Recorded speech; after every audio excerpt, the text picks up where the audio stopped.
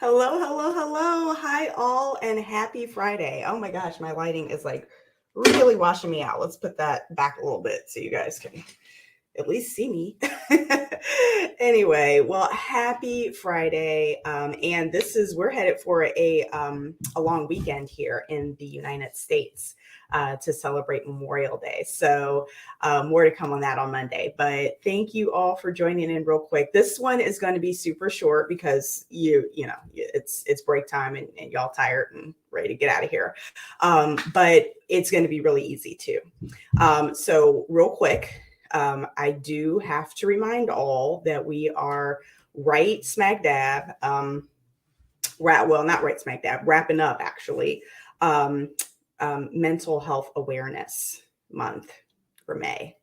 You know where this is headed. If you know me, you know where this is headed. But if you don't know me, I am Angel G. Henry. I am your inclusive manager strategist. Why? Because myself and my team at AngelsSpeaking believe passionately that inclusive initiatives live and die at that middle management layer.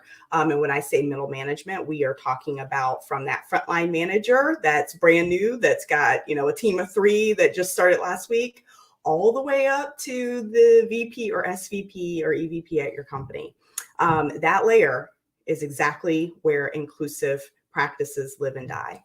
And we are focused on providing actionable and practical tips and tricks on how to make that happen and realize inclusion programming and initiatives for your organization.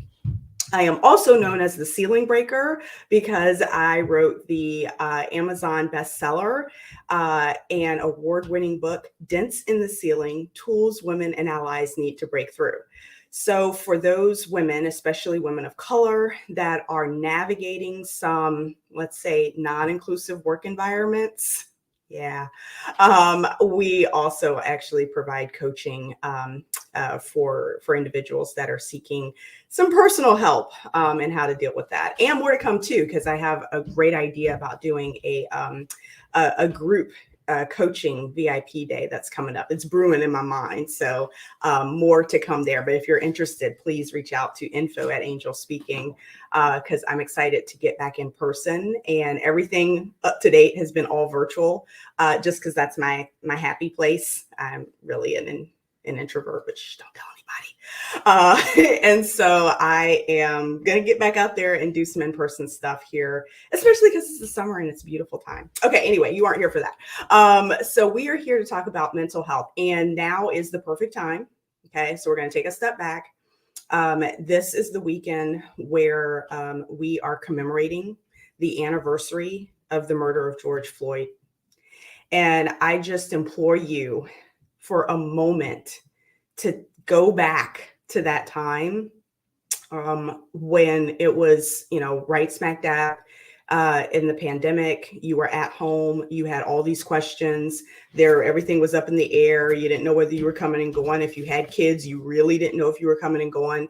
And you were sitting there in front of your device or laptop, and you were trying your best to get going that morning and start on doing some work or checking some email, and boom, it just hit you. It hit you. The video hit, and you watched it, or you heard about it. Like me, I heard about the video before I actually watched it, and I actually took a couple of days before I watched the video because I knew what it was going to trigger in me. I didn't know. Hindsight, I didn't know. I thought I knew, but I knew it was going to be jarring and emotional. And so I took a couple of days to prepare myself to watch it. And when I did, I had the same visceral reaction that many colleagues and friends and community members had, regardless of your ethnicity, race, or background. That collective outrage. Remember that. And I asked you to tap into that and remember that, because that is the seed of empathy.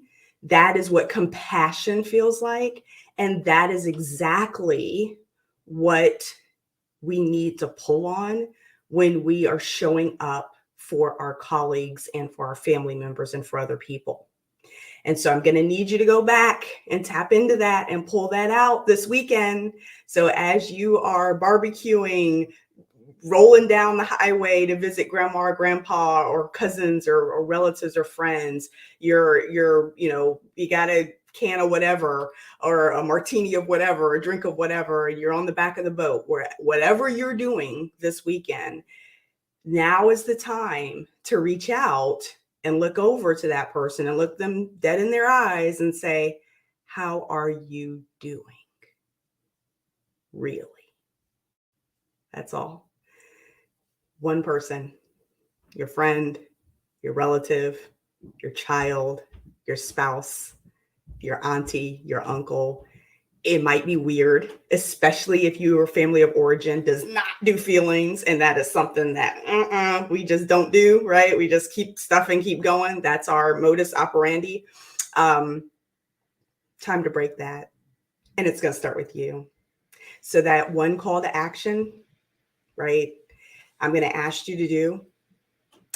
Now's the time for those active allies to step up and keep going. So if you did it before, if you reached out to your African-American colleagues, your Black coworkers back a couple of years ago and asked that question, I was like, oh my gosh, how are you doing? What can I do? How can we support?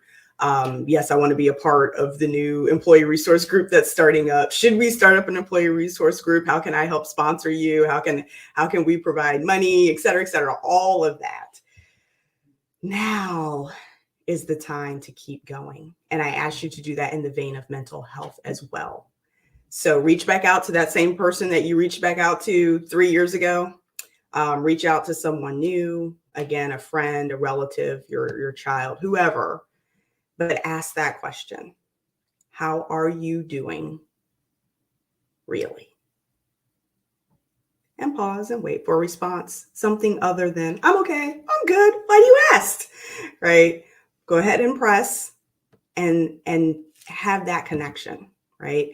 And if you yourself are that person that is struggling with something, go ahead and reach out to a trusted confidant and say, I'm kind of going through a storm, or I'm really struggling and I just want to talk about it. Yeah, just kind of want to vent. That's my thing. That's what I use when I need someone that I want to lean on their shoulder, and I don't expect them to fix it. I don't expect them to respond. I don't expect them to have a solution of any sort. I just need a listening ear. All I'll say is, can I take 5 minutes to just vent? I just need to get this off my chest, and I vomit up what I need to. And if it's really bad, then I will apologize and say, hey, you know what? Sorry, I just emotionally vomited all over you. But thank you for being there to listen. And I will happily return the favor in the future. and that's it. And we're done. It's like, okay, great. Have a good day. Glad you got that off your chest. Move on. It doesn't have to be literally anything longer than 5 or 10 minutes. But that's how we are going to commemorate our brother's memory. If you do more or do something else, absolutely. But in the vein of mental health awareness, that's your call to action this weekend. Okay. And I absolutely look forward to hearing from those of you that did this and what the outcome was. Okay. And if there was a next step and you're like, oh my goodness, Angel didn't tell me what the next step was. This person actually connected with me and was vulnerable, and now I don't know what to do or say. Reach out, info@angelspeaking.com. We will help you with the next step, because we are all practicing. Okay. None of us has it down pat. We are all practicing building our emotional empathy and compassion, especially for those from under marginalized communities, especially those that are struggling with mental health awareness. And according to the stats that are coming out, it's over 75 million Americans. So guaranteed there is someone in your professional or personal network that is struggling. Okay. So now's the time for you to have eyes open and hearts open to receive them. Okay. So with that, be safe. Have a wonderful, happy, long weekend. And we will be back here on Monday, briefly, to talk about mental health awareness and our veteran community. Okay. All right. With that, take care.